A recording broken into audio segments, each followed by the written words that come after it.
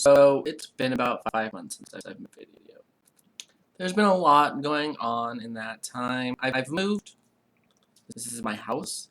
It's in my house. I have no roommates. I'm all by myself.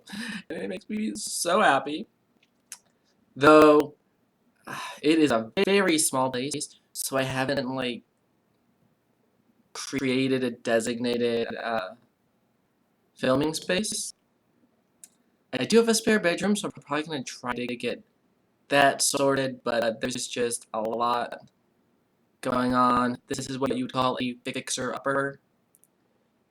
And I live right next to a street, which sucks. I mean, I know most houses are near a street, but like where I was filming before, and more insulation. And I'm literally like 20 feet from the road, when the previous place is closer to like 100 or 150 feet from the road. It's a very nice long driveway that I miss. I miss it so much. That being said, over the past few months, I haven't done much reading, unfortunately. It's been a lot of fixing bathtubs, fixing sidewalks, working, worrying, turning old. So there's been that. But one of the books that I did read over these past few months is It Devours, a Welcome to Night Vale novel by Joseph Fink and Jeffrey Crandor.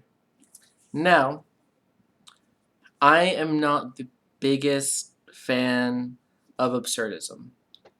Generally for like one reason, and that is a tendency in some absurdist fiction for the characters to be stupid.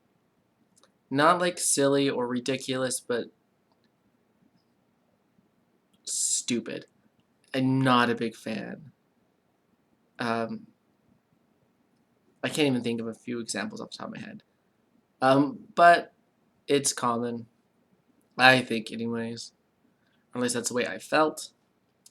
Now, It Devours, I would strongly rate as a 4 out of 5. Maybe a 3.5 out of 5 if I was being like particularly mean-spirited.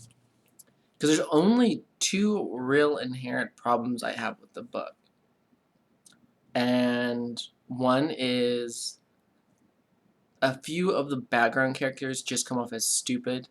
Not really absurd, just it feels like, okay, this is stupid even in the context of this book.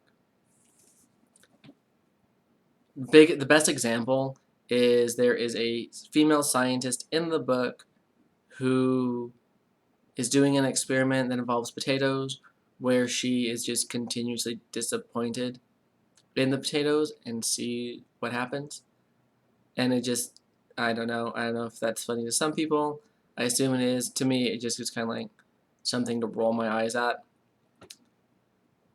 That's the first issue, and it's just very simple. The second issue is a lot harder to talk about without going into spoilers, which I don't want to do. I don't want to spoil this book because I think a lot of people should read it. It was pretty funny.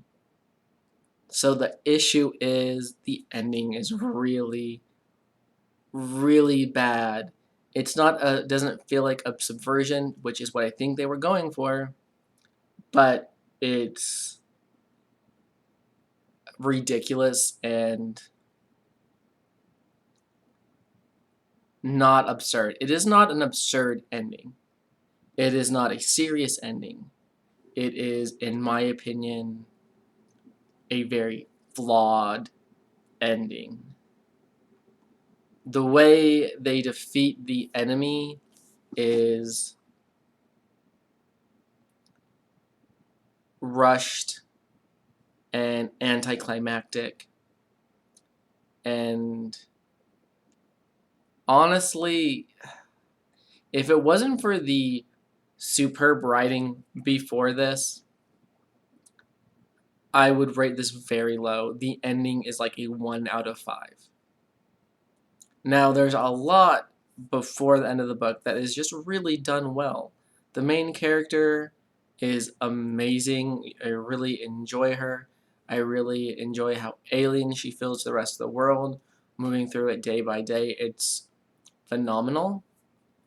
The absurdist and over-the-top aspects of the government agencies, the spy helicopters, the shapeshifters, the ridiculous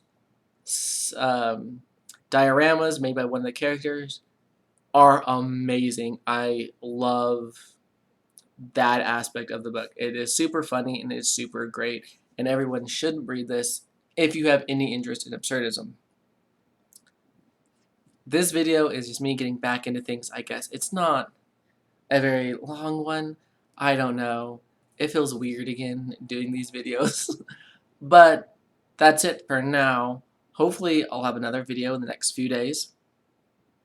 Hopefully I can buy something that will quiet the road, like a rail or some potholes maybe. That might help.